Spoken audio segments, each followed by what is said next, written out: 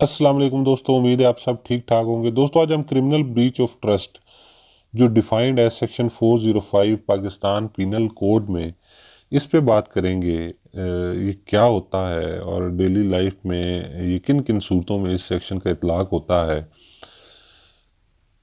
चलें, वक्त ज़ाया किए बगैर इसको शॉर्टली रीड आउट करते हैं और साथ साथ मैं इसको एक्सप्लेन करता जाऊंगा। Who ever being in any manner interested with property और with any dominion over property dishonestly misappropriates or convert to his own use that property।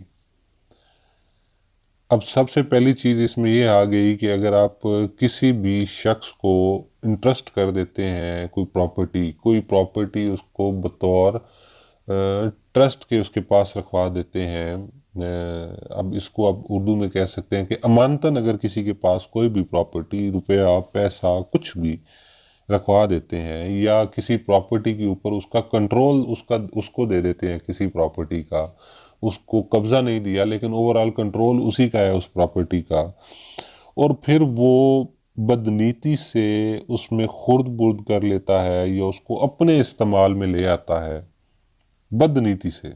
अब ऑनेस्टली अगर करेगा, उसको नहीं पता और वो यूज़ कर गया, उसने इस्तेमाल कर दिया या वो मिसलेड हुआ, उसको समझ नहीं आई, वो डिफरेंट सिनेरियो है।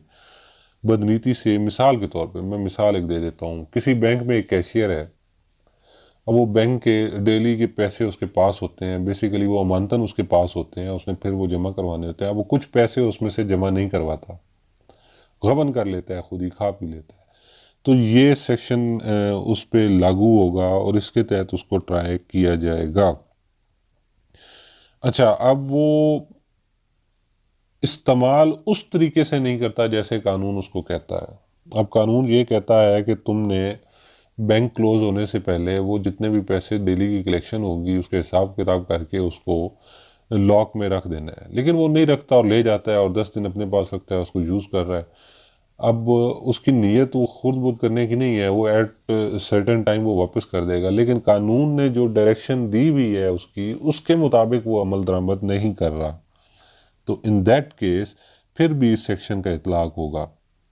अब अगर कोई कॉन्ट्रैक्ट है, पार्टीज के दरमियान मुआहदा है और कोई प्रॉपर्टी किसी के हैंड ओवर हुई है और फिर वो रिटर्न होनी है, उस मुआहदे की भी अगर खिलाफ वर्जी होगी और वो रिटर्न नहीं कर रहा, जो उनके तरीक़ाकार तय हुआ था उसके मुताबिक वो अमल दरामद नहीं कर रहा, प्रॉपर्टी रिटर्न नहीं कर रहा, उसको खुद यूज़ कर रहा है, तो उस सूरत में भी इस सेक्शन का इतलाक होगा। अब ज़रूरी नहीं है कि वो उसमें ओपन होके बिल्कुल सामने से ही वो खुर्द बुद कर रहा है, ये हो रहा है।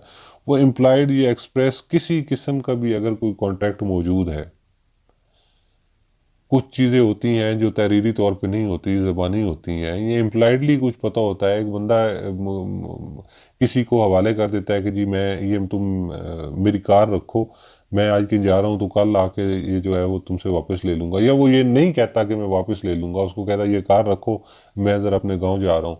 तो अंडरस्टूड सी बात है, इम्प्लाइडली वो यही कहना चाह रहा है ना कि जी वो वापस आके ले लेगा। तो इस सूरत में खा वो एक्सप्रेसली उसके हवाले हुई है या इम्प्लाइडली हुई है, तो उस सूरत में भी इस सेक्शन का इतलाक होगा। अब देख लेते हैं कि अगर किसी पे इस सेक्शन का इतलाक हो जाता है, ये कुछ इलस्ट्रेशंस हैं, ये आप इसको रीड आउट कर लीजिएगा वीडियो को पॉज करके, अगर आप इसको ज़रूरी करना चाहें, पढ़ना ही चाहें तो। अब इसकी देख लेते हैं हम पनिशमेंट। अब कोई भी जो शख्स जो क्रिमिनल ब्रीच ऑफ ट्रस्ट का मुर्तकिब है, उसको 7 साल की सज़ा सुनाई जा सकती है, साथ जुर्माना भी हो सकता है और ये सज़ाएं दोनों भी हो सकती हैं। पहले इसमें सज़ा कम थी, अमेंडमेंट हुई है इसमें, और फिर अब इसकी सज़ा 7 साल कर दी गई है।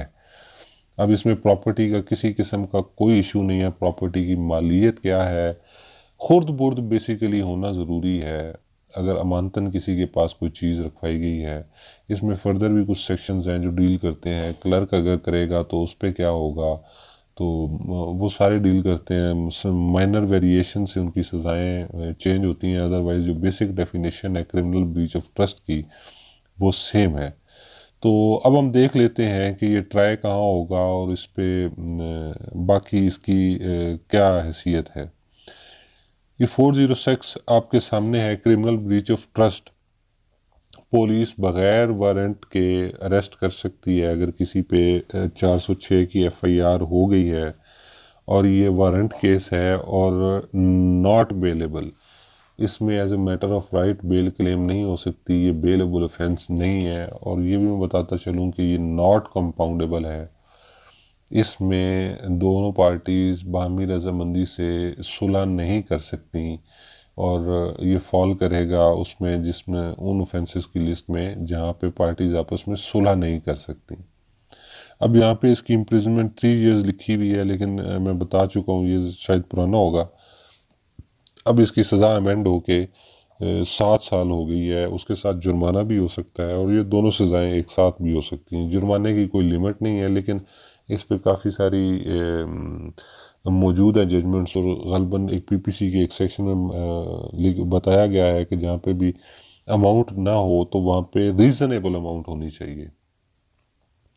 اب اس کا ٹرائل جو ہے وہ میجسٹریٹ فرسٹ کلاس یا سیکنڈ کلاس کے پاس ہوتا ہے، اور یہی تھی اس سیکشن کے بارے میں مکمل ڈیٹیل۔ امید ہے یہ کرمنل بریچ آف ٹرسٹ یا جس کو اردو میں خیانت مجرمانہ کہتے ہیں، آپ دوستوں کو سمجھ آ گیا ہوگا۔ پھر بھی اگر کسی دوست کا کوئی کمنٹ ہو، سوال ہو، سجھاؤ ہو تو کمنٹ سیکشن میں ضرور لکھیے گا، میں اس کو آنسر کروں گا۔ اگلی ویڈیو میں پھر ملاقات ہوگی، تب تک کے لیے اپنا اپنے گرد و نواح کے لوگوں کا خیال رکھیے گا۔ اللہ حافظ۔